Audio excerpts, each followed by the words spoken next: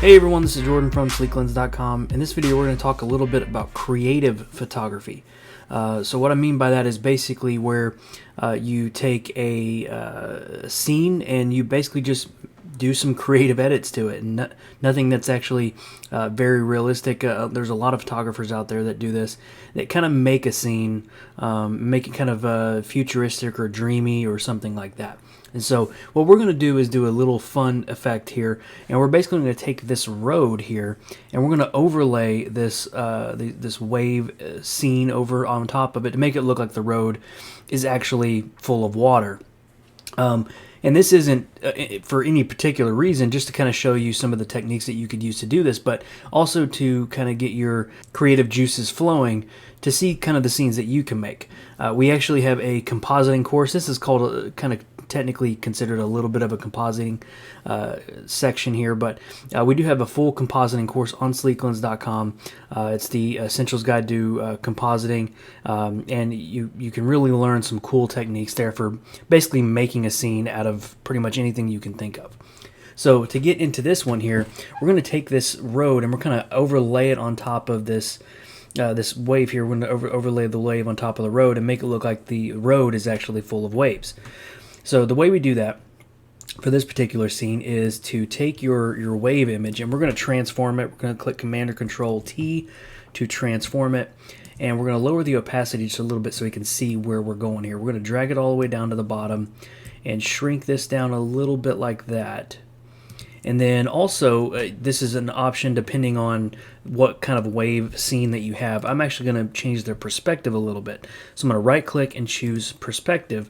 And I'm going to go to one of these handles and I'm just going to drag in. You can see that kind of changes the perspective to make it look a little more angled. So probably a little bit right there. Click enter to save that. And then we're going to go to our opacity, change it all the way to 100. And now we're going to play with our blend modes. Now, depending on what type of ocean scene that you have, you're going to have to play around with a couple blend modes. So you can mainly choose overlay, soft light. Those are probably some pretty good ones there. You can choose linear dodge if you have kind of a darker scene, which is actually what we will do. We're going to do linear dodge add, and that's probably going to be the best one for this one. But again, play around with all of these different blending modes to see which one works out best for you. So I'm going to click linear dodge here, and now I'm going to create a layer mask. I'm going to get a black brush with a very soft edge. My edge is all the way down to 0, so hardness down to 0. And I'm just going to take away the excess here. So I'm going to go along this road here. And if you want to make a straight line between 2 points, you can hold shift. So you can click once and hold shift and then click again. And you're just going to draw a straight line to where those 2 points are. So that really helps with these straight edges. So do the same thing over here. Go along the side of the road and just basically get rid of this. Alright, toggle this on, off, so we can see we got most of it. There we go.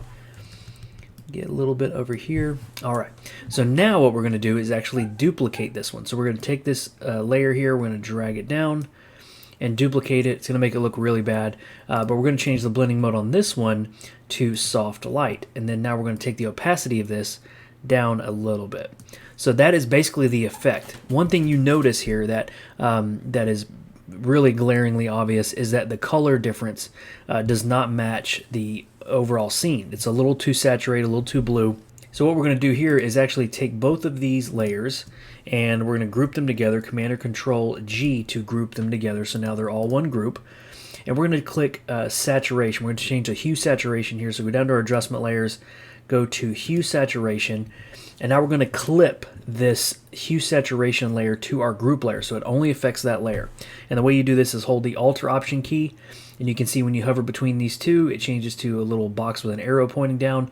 Click in between, and now only thing that will change is this scene here. It's not going to change the overall scene.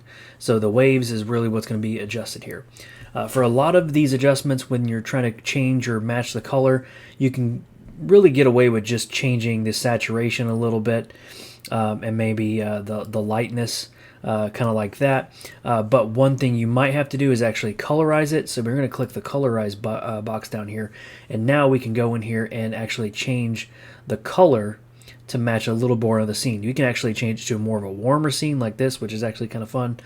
Or you can kind of go more towards the blues, take the saturation down, and this is really just trying to match the scene as best as you can to there. So this is the before, really, really blue. This is the after. If we want to take down a little bit of the highlights, we can do the same thing with the curves. Go over here to your curves, clip that again, hold the Alt option, click between there, clip, and we can play with the highlight area. We can take those in a little bit more, take them down, whichever what you want to do. But that is pretty much the scene here. So I'm going to group all of these together so you can see before and after. So this is the before and this is the after. Alright guys, hope you enjoyed that fun little tutorial. Again, it's not an effect that you're probably going to use all the time, but at least you can see some of the techniques that you could use when you're trying to composite and create an image just basically out of nowhere. So thank you guys for joining me in this video. This has been Jordan from Sleeklens. I'll see you in the next one.